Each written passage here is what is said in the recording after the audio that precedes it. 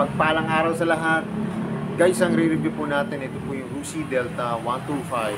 Ang kulay po nito ay glossy na black na may red. Pero pag bago pa lang po kayo sa aking YouTube channel, pa-subscribe naman po at pa-hit ang notification bell para updated po kayo sa aking mga videos. Tara guys, simulan natin ito review. Guys, ito po yung Rusi Delta X125. Kita nyo naman, ganda ng itsura, ganda ng forma, ganda ng tindig. Simulan natin itong review sa gulong. Ang gulong po nito ay 2.50 by 70 ng sukat. May nakaprint na pong Rusi. Ang ganda po ng spike ng gulong. Guys, ano pa to tube type, hindi pa po siya tubeless. Ito po yung tatak niya yan. Ano to? J-on NJK. Tapos yung kanyang disc. Ganda ng design, no? Ang sukat naman po nito ay 3mm. Yung kanyang front shock, yan, matte black na may decals po dito na rin. So yung kanyang brake caliper, yan, matte black din po. Yung kanyang fender, yan, ganda po ng fender nito. Ano siya, parang pang trail bike. Meron pong naka decals dito na R for Rusi. Kanyang headlight, yan, bulb type po. Pero maganda po dito yung kanyang signal light na magkabila ay LED na po. Saka yung kanyang headlight yan, maganda po yung cover po. Ganda ng design. May decals po dito na R for Rusi at Euro 3 na to. Ito naman po yung likod na gulong. Ang sukat naman po ay 2.75 by 70 din po. Ang ganda ng mags ito guys. Ayan, ganda ng design. Drum brake, tapo siya. Ito yung kanyang rear shock, glossy na black. Yung kanyang muffler, may naka-engrave po dito na Euro 3. Tapos ito po yung kanyang heat cover. Ayan, ano siya, parang chrome plated po. Ito po yung tapakan ng hangkasan. Ganda po ng design, tsaka may bracket sa sarili. Taillight niya. Guys, LED ang taillight nito. Pati po yung magkabila niya, signal light. Ito po yung fender sa likod. Na may pagka magkalagay niya ng temporary plate, babalik na rin nyo lang po ito. Rusi Motorcycles, John 336.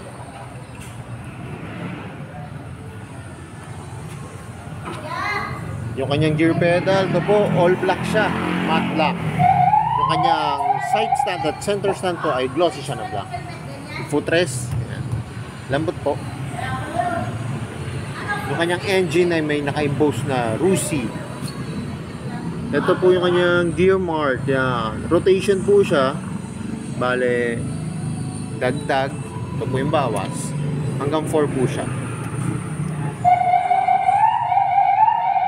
Kanyang chain cover, pairings po. Kita nyo guys, ang kapal ng nito, yung swing arm niya. Ayan, nakalagay DL125 RFI.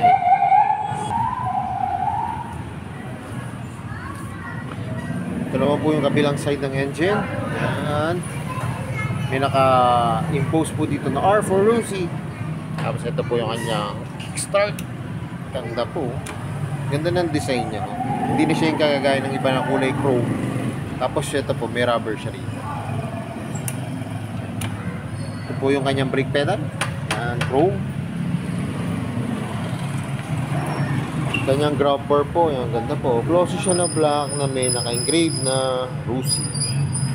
Sa upuan naman po, yan po yung material na ginamit. Yung magaspang po, meron siyang naka-engrave na Rusi, saka yung logo nila. Saka guys, ang lambot naka na siya, camelback design. Kanyang new box, yan po, malaki rin po. Lagayan po ng battery. cover po niya. Ito po yung space. Yan, pwede nyo pong paglagyan ng kanyang gamit, yung tools nyo, bottled water, cellphone wallet. Yan, pwede naman po. Kanyang gas tank, glossy na black. May cover din yung kanyang floater, guys. Oh. Yan, oh. Para hindi nababasa, hindi nangangalawang. Kanyang gas cover.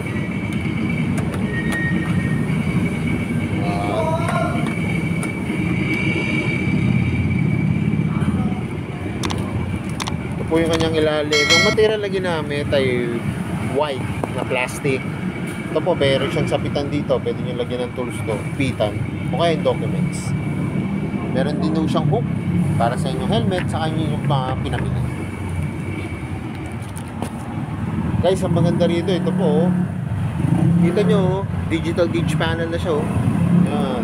Ito yung function ng kanyang manubela. Yan. Ito po yung kanyang park light, high and low, signal light, carb pa po ito, guys, ha. Ayan, carb, may choke siya. Ito po yung busina, electric start. Ayan, kagandaan nito, may electric start siya at may kick start po siya. Ayan, throttle, lutong, pati po kanya yung brake lever. Yung kanyang susi. Ganda rin po, malaki rin po. Tapos may naka-engrave po na Rusi. Nga lang, guys, hindi natin ito ma-activate kasi wala pa po siyang battery. Pero yan, kita nyo naman, digital gauge panel na siya. Tapos ito po kanyang manubela, yan, naked handlebar na matte black. Tapos yung pairing siya po, ang ganda po. Ito po kasi yung yung nasa lubong. Pag natakbo tayo, ito po yung nasa lubong sa hangin para hindi po masyadong diretso sa ating mga bintik. So yung guys, ito na yung inaabangan ko. Sasakyan ko na itong Rusi Delta X. Tara guys, tignan nyo pag nakasakay na ako sa ito.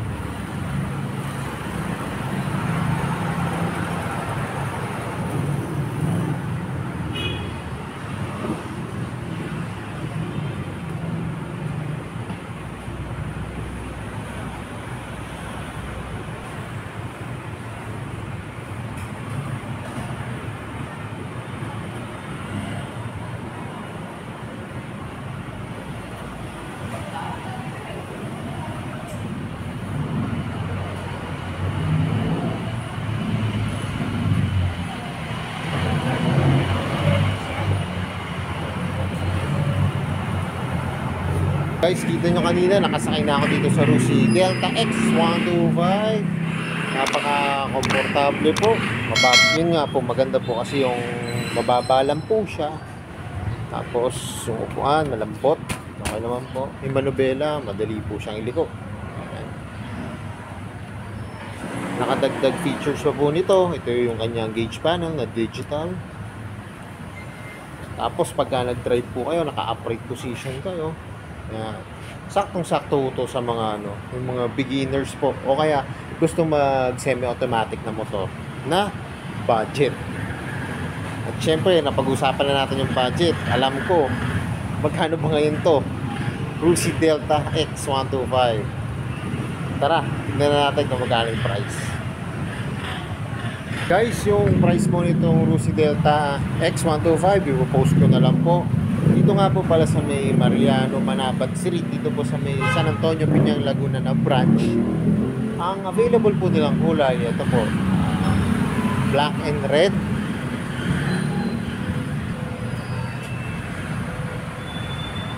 Saka ito po, yellow. Yellow and black. Pero kung may, alam ko may isa pa po itong kulay, hindi ko maalala kung blue po o kung blue o gray. Pwede nyo naman punta dito sa Asa Personal. Kaya kung naghanap po kayo ng underbone na semi-automatic, na budget friendly lang po, bakit hindi nyo po i-try ito? Ayan, Brucey Delta X125. Kasi guys, mas maganda rin kung makikita nyo ng actual yung unit, mas ma-appreciate nyo po siya. Pero para sa akin, sa mga beginners po, ayos po to. So yun guys, hanggang dito na lang. Kung bago lang po kayo sa aking YouTube channel, pa-subscribe naman po at pa-hit ng notification bell para updated po kayo sa aking mga videos. At salamat nga po pala dito sa Merusi at nare-review ko po yung mga motor ko. Or sales to come, at yan na lagi po sinasabi. Ingat po palagi, ride safe always, and God bless po. Pa-like and share na rin po na aking mga videos. At lagi natin tatandaan, mahal tayo ng Diyos. Bye-bye!